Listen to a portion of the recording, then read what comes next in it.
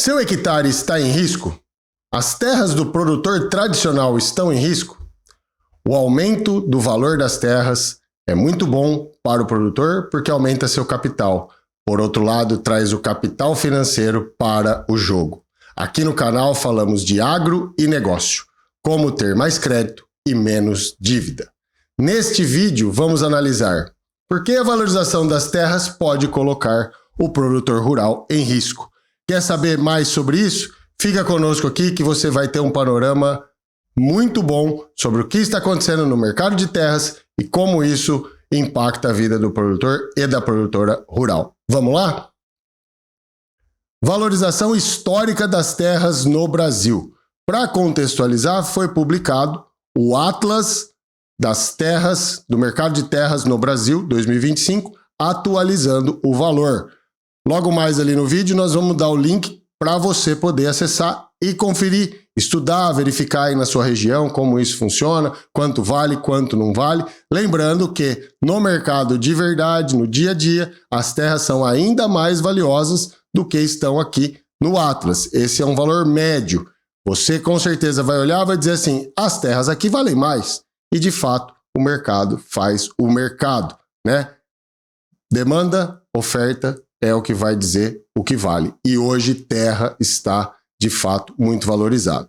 O mercado de terras no país vive um momento de forte alta de preços, registrando recordes e aumento substancial de valores por hectare, refletindo maior atratividade para investimentos.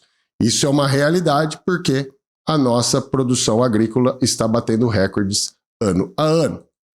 Dados do Atlas do Mercado de Terras mostram que a valorização é sustentada por dados técnicos, com informações sobre valores médios, mínimos e máximos por hectare, como eu disse, valores médios, mas na verdade a terra vale mais.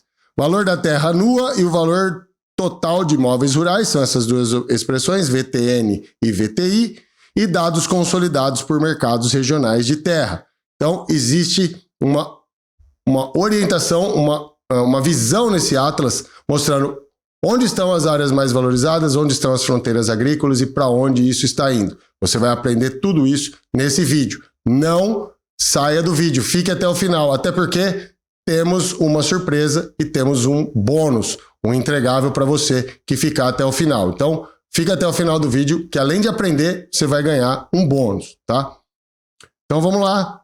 O que isso quer dizer? Diferenças regionais de preços, né? Regiões com forte agricultura, boa logística e proximidade a centros consumidores, como Sul e Sudeste, apresentam os maiores valores por hectare. Isso sempre foi assim e continua, por causa da infraestrutura e da consolidação desses mercados. Porém, fronteiras agrícolas e regiões com menor infraestrutura apresentam preços mais baixos, com tendências de crescimento. Onde estão e o que está acontecendo e o que precisa acontecer para essa valorização ser ainda maior, né? Pressões do mercado e investidores por causa do risco. Qual é o risco de verdade, né? A valorização também sinaliza maior interesse financeiro e especulativo sobre terras, inclusive por investidores privados e institucionais, tornando o ativo terra não apenas produtivo, mas também um objeto financeiro de destaque. Se você viu o vídeo que ainda está rodando muito bem desde sexta-feira, nós analisamos para onde estão indo os ativos financeiros das empresas em recuperação, dos produtores em dificuldade, das reestruturações. A terra virou um ativo muito interessante para bancos, fundos e investidores privados. Então isso coloca em risco o produtor tradicional, como você pode ver, está vendo nesse vídeo e viu no outro vídeo também. Importância estratégica para o agronegócio. Terras férteis e bem localizadas são fundamentais para o desempenho do agro brasileiro, setor que representa parcela significativa do PIB e das exportações nacionais. 25% do PIB é agronegócio no Brasil. E nós somos o maior exportador de grande parte das commodities. Então, todo mundo já sabe disso. Então, o preço da terra, claro, vai subir.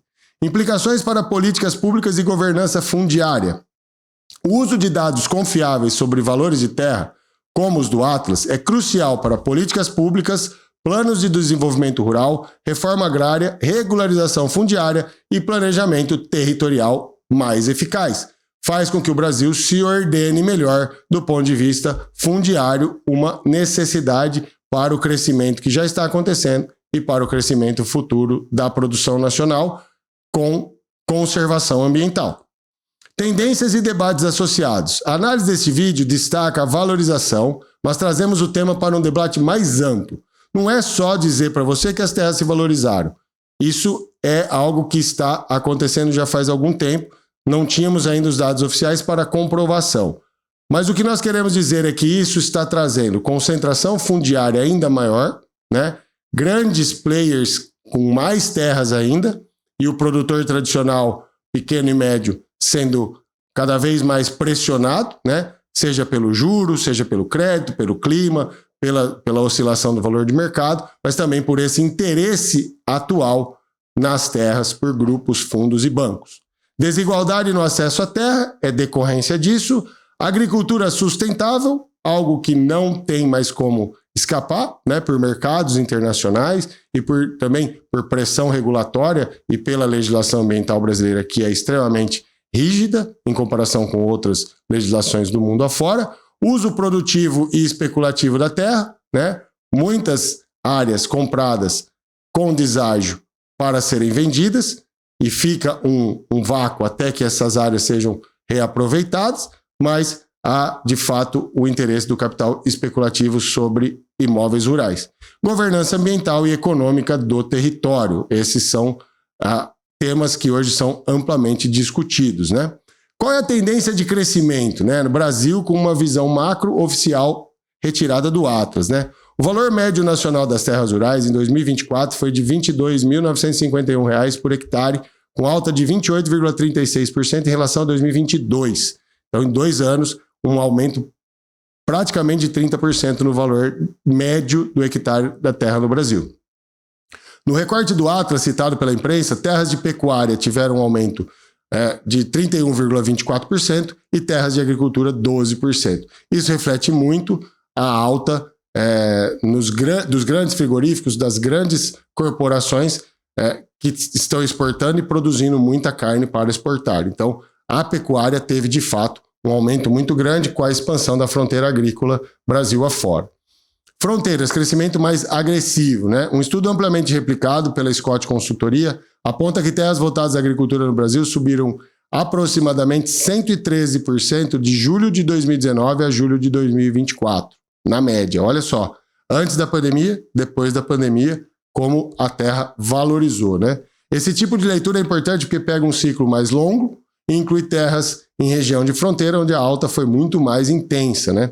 Regiões fronteiriças, de fato, receberam uma valorização muito grande e existe um debate, uma discussão muito grande no Brasil sobre o acesso de estrangeiros à terra, né? Há uma vedação muito grande, a legislação brasileira é bastante restritiva à compra de terras pelos estrangeiros, mas a estruturação de fundos com capital externo vindo por meio de empresas que se nacionalizam parcialmente, é um risco que o Brasil corre, sim, de estrangeiros comprarem terras no Brasil pela via reflexa e não diretamente burlando o sistema de restrições. Então, isso é muito importante. Em análise histórica de Matopiba, eu vou dizer o que é Matopiba se você não sabe, baseado em dados monitorados por consultoria de mercado de terras, né? Algumas aí que a gente estudou, parece crescimento real relevante por longos períodos, né? Então, vem se mantendo essa valorização por períodos mais alongados. Qual que é a leitura prática disso, né? A tendência é a convergência parcial. Terra barata em fronteira tende a subir mais rápido quando chega a infraestrutura e a logística, evidente, né? Vai produzir, vai criar gado, pecuária, frango, enfim, tudo lá. Precisa escoar essa produção, precisa ter estrutura. Entrada de capital institucional, melhora da governança fundiária e ambiental e produtividade se prova por 2 a 4 safras. Uma vez que a fronteira agrícola foi aberta e aquela área foi convertida em agricultura ou em pastagens novas, e ela se mostrou resiliente, ela se mostrou produtiva, num recorte de 2 a 4 anos, se prova, e aí outras pessoas, outros investimentos, outros produtores, outros fundos, dinheiro vai para lá, e isso se desenvolve. Temos várias regiões no Brasil que estão passando por esse momento de estruturação. Quais são essas regiões? Onde é mais barato hoje tem um upside, né? Uma possibilidade de desenvolvimento. Núcleo clássico da fronteira com terras de grãos é Matopiba, né? Maranhão, Tocantins, Piauí e Bahia, né? Esses são os 4 estados que essa fronteira agrícola mais cresce, né? O próprio Atlas traz Matopiba como um vetor de valorização por expansão da fronteira, alta produtividade em grãos, investimentos privados em armazenagem e logística, terras mecanizáveis, né? Terras mais planas, onde dá para mecanizar e depender menos de mão de obra humana, né? Integração a rotas, portos e ferrovias, e também aponta limitações. Infraestrutura rodoviária ainda limitada em partes. Então, está melhorando, mas precisa melhorar muito. É uma referência institucional adicional, né? Um estudo da USP, reforça Matopiba como a nova fronteira agrícola do país. Então, essa é a mais importante hoje, né? Fronteira híbrida, pecuária e grãos, intensificação. Rondônia e bordas do norte e nordeste, né? A Scott também fala que Rondônia aparece junto com Matopiba nessa valorização relevante, especialmente pela dinâmica da pecuária, né? Lembrando que as áreas de conversão na Amazônia são cada vez menores, né? Do ponto de vista legal, né? Não o desmatamento ilegal. A conversão de áreas de floresta em áreas de pastagem passa por um licenciamento e isso tem que ser muito bem monitorado, mas lá na região nós conseguimos observar um crescimento, né? Essas regiões são mapeadas de modo técnico, usando o Atlas e mercados regionais de terra por tipologia, lavoura, pecuária, mista, qual é o destino e a característica daquela área, daquela terra. Isso influencia diretamente. Movimento financeiro. Quem está migrando e como mecanismos são orquestrados e estruturados para isso, né? Aqui é onde a tese fica poderosa, né? Não é só o produtor comprando terra, é capital organizado entrando por 4 trilhas principais. Vamos mostrar quais são as 4, né? Empresas do agro compram, monetizam e arrendam, né? Chama Corporate Land Strategy, né? Estratégia corporativa de terras. Exemplo público, né? A SLC Agrícola, uma das maiores do Brasil, fez movimentos relevantes envolvendo terras, compra, estruturação e monetização, com transações noticiadas e detalhadas no mercado. Inclusive, nós analisamos uma delas aqui. Como fazem? Compra direta, arrenda, sale e leaseback, né? Compra e arrenda para o próprio vendedor, com irrigação, benfeitorias para elevar o valor total do imóvel e, eventualmente, reciclar o capital. Então, as próprias empresas compram para a produção, para aumentar a sua produção, a garantia da sua fatia de mercado, consolidando a sua operação. Fiagros e fundos de terras, né? Capital de mercado entrando no hectare. Há fundos focados em comprar terra e arrendar, né? O arrendamento paga parte do carrego enquanto se mira a valorização do ativo. Então, comprou num preço barato, põe para produzir, remunera com o arrendamento e espera a terra valorizar para vender e poder distribuir esse lucro para os componentes do fundo, né? Isso aparece em documentos públicos de fundo, exemplo, relatórios, boletins e em coberturas de imprensa que estão no final, nas fontes do nosso vídeo, você pode conferir lá também. Family offices, né? São famílias muito ricas que se estruturam para ir para o mercado, também entram estruturando veículos, tese de fiagro de terra anunciada por gestora ligada a famílias capitalizadas. Podem atuar juntos, unicamente o family office daquela família ou em conjunto com family offices de outras famílias muito ricas do Brasil. Como fazem? O fundo compra a fazenda, regulariza, faz compliance, arrenda para um operador, um grupo agrícola pode ser, e vende no ciclo bom, ou recicla em portfólio. O que é reciclar em portfólio? Ao vender ativos já valorizados ou maduros para realizar o lucro e reinvestir o capital em novas oportunidades com potencial de crescimento. Ou seja, era para valorizar um tanto, valorizou menos, já vende, recicla porque tem outra área para comprar e nisso o fundo vai comprando, vendendo, tendo lucro, aumentando a sua participação no mercado de terras. Bancos e crédito estruturado, o mapa do dinheiro, né? Mesmo quando o banco não compra terra, ele induz migração via crédito para custeio e investimento, CRA e estruturas, né?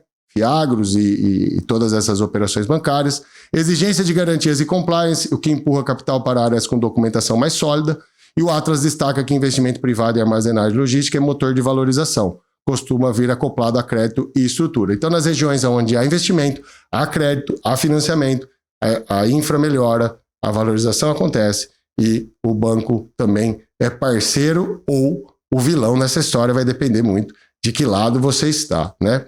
E as distressed special situations, crédito estressado virando controle de ativo, né? Gestoras vêm comprando créditos estressados do agro, as NPLs, né? que é Non-Performance Loans, que são os loans, são empréstimos, né? Créditos inadimplentes com alto risco de não pagamento, que deixam de gerar fluxo regular e passam a exigir reestruturação, execução ou venda com desconto. É quando o produtor, é quando a empresa está passando por dificuldade, deu a terra em garantia, ela vai ser realizada, mas tem um processo judicial, tem tudo para correr. Essas gestoras compram esses créditos dos bancos por um deságio, reestruturam e vendem. Tá? Basicamente é isso aí que funciona. Então isso termina em execução, dação, transferência de controle de ativos, inclusive terra e operação. O evidente aumento do estresse no agro, né, a crise que a gente já comentou em vários vídeos aqui, traz mais recuperações judiciais, mais reestruturações, aumenta o pipeline de oportunidades para esse tipo de capital. De novo, vai no vídeo de sexta-feira, que está falando sobre isso, foi publicado na sexta, está com quase 25 mil, acho que já passou 25 mil visualizações. Muito obrigado a você que está nos acompanhando, que a gente explica exatamente isso lá no vídeo inteiro, como isso funciona. Então, pega esse gancho que é bem interessante. Então, como funciona na prática? Compra-se um crédito podre e barato, renegocia-se e executa-se, consolida-se o ativo à garantia, reestrutura a operação, vende-se a renda no ciclo seguinte.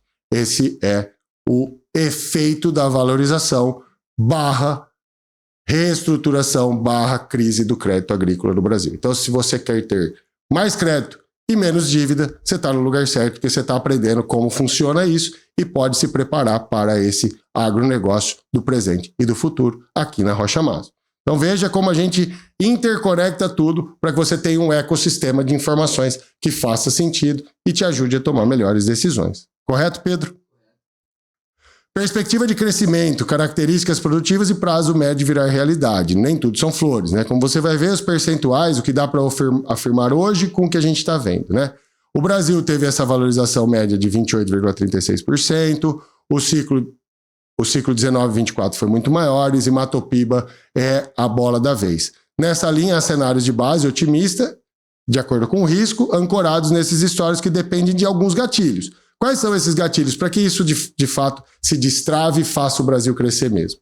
Velocidade de implantação das infras, custo do crédito, compliance, governança e abertura de mercados. Essa é a síntese do que está acontecendo e vai acontecer no Brasil, certamente, porque o Brasil tem toda a sua demanda de comida e energia contratada por muitos anos, né? Depende de se você vai querer ser quem vai entregar ou não.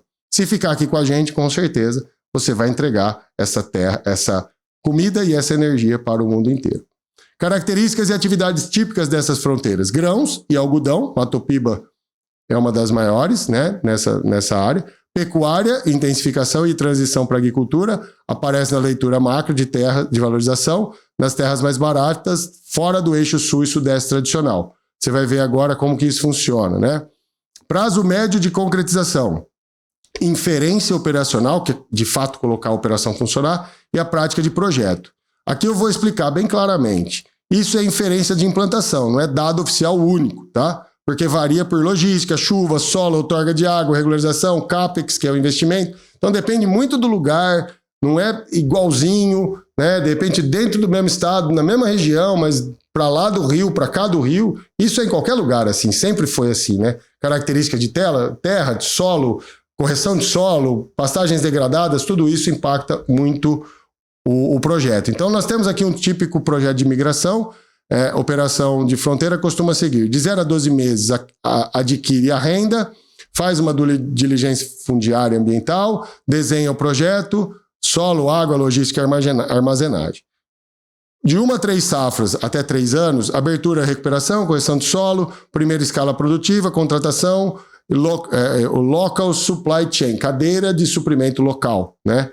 Às vezes usamos expressões em inglês porque elas explicam melhor do que propriamente ter que ficar falando muito para explicar. Então, cadeira de suprimentos local, se instala ali de fato aquilo que também falamos no outro vídeo, né? Cooperativas, lojas se instalando ali mais perto do produtor. 3 a 5 anos, a operação estabilizada em escala, produtividade e custos controlados, né? Já está tendo a inversão. E de 5 a 10 anos é a virada estrutural regional, quando a logística, armazenagem e serviços se consolidam, efeito cidade hub, Sinop, Lucas do Rio Verde, Goiânia, Cuiabá, as capitais aí do Centro-Oeste, né? Muitas cidades aí, né? Na Bahia lá, Luiz Eduardo Magalhães, no Maranhão, no sul do Maranhão, tudo isso vira uma cidade hub, atraindo investimentos, né? O próprio Atlas sugere a lógica de valorização ligada a infra, rotas de armazenagem, o que acontece num timing mais longo. Impactos regionais, né? Desenvolvimento de emprego, serviços, armazenagens, revendas, ampliação de base fiscal, municipal, melhoria logística. Chega o investimento, muda a realidade, as cidades se desenvolvem, tem imposto, tem gente, tem movimento e isso gera renda e melhoria na qualidade de vida das pessoas do Brasil. Riscos e externalidades, conflito fundiário, pressão ambiental, desmatamento, disputa por água, território e judicialização. Matopiba tem literatura e cobertura consistente sobre essas fricções. Se você quiser entender, no Atlas tem, mas se você procurar Matopiba Desenvolvimento, você vai ver muita coisa que aconteceu, guerras por terras, uma série de coisas, né? E o que isso impacta de verdade numa estratégia, né? A valorização e fronteiras mudam o tabuleiro do agro, a terra valoriza, deixa de ser só um meio de produção, vira ativo financeiro e estratégico. Melhoria de garantia, atrai capital, acelera a profissionalização, gestão, tecnologia e governança. 2. Há um limite estrutural. Expansão por conversão de vegetação nativa é cada vez menos viável, né? Desmatamento por pressão do Código Florestal e do mercado externo, como você vai ver no próximo item, né? A ponte entre crescimento e conservação é a recuperação de áreas degradadas. Existe, né, no Brasil o plano ABC+, né, de 2020 a 2030, que tem meta de recuperação de dezenas de milhões de hectares de pastagens degradadas. A própria Embrapa mapeia milhões de hectares de pastagens com potencial de expansão agrícola. E o MAP Biomas traz métricas de vigor, condição dessas pastagens, ou seja, a conversão de pastagens degradadas em áreas agricultáveis é a bola da vez e não o desmatamento de áreas consolidadas de vegetação. O motor externo, que vira regra de mercado, Europa e acordos exigem produtos rastreáveis e livres de desmatamento. Nosso querido Pedro Rocha, no quadro internacional, fala muito sobre isso, né? Então vou entrar aqui, convido você a entender tudo isso, como funciona nos vídeos do Pedro, que são excelentes, ele é especialista no assunto, né? Isso aumenta o valor estratégico da terra para garantir a rastreabilidade, que é obrigatória para vender para mercados como a União Europeia. Mensagem central, né? A fronteira não é desmatar e plantar, é fronteira moderna, é recuperar a área degradada, intensificar, rastrear, porque é isso que mantém o mercado, especialmente europeu, e destrava o capital. Então temos um tripé estratégico. Terra, como ativo estratégico de valorização e fronteira, legal, o Código Florestal limita a conversão de nativo e o mercado, o regulamento europeu, rastreabilidade como condições de acesso. Então veja só, produtor, produtora rural, para finalizar muito rapidamente. Você que é dono de terras, você que trabalha com terra, fique atento, porque tem gente olhando a sua terra. E o Atlas vai mostrar quanto vale. Então, se você chegou até aqui, eu gostaria de trazer um bônus, né? Agradecer a todos os nossos inscritos, quase 7 mil inscritos, nós estamos aqui, né, Pedro? Muito rápido, muito obrigado, mas muito obrigado mesmo, né? Então você vai ter um bônus, né? Aqui, nós vamos deixar um link fixado, tá? E lá nesse link vai ter um acesso a um PDF que traz um resumo estratégico e de imagem de tudo isso que a gente falou no vídeo, né? A gente fez isso no vídeo anterior, muita gente pediu, e aí a gente ficou com um pouco de dificuldade para mandar para todo mundo, né, Pedro? Então nós achamos essa forma, você vai clicar e vai acessar. Mas você precisa nos dar pelo menos 1000 visualizações e 100 likes.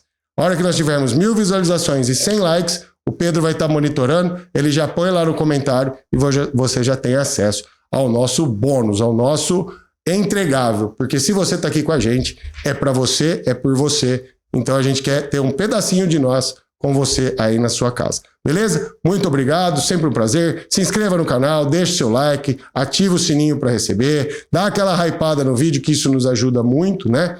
E compartilha, comenta, deixa aqui o que você quer saber de agronegócio. Porque você já sabe, produtor, produtora rural, você é muito bem-vindo aqui, sempre vai ser muito bem-vindo. E aqui na Rocha Maso, você não caminha sozinho. Muito obrigado, até a próxima, um abraço, fiquem com Deus.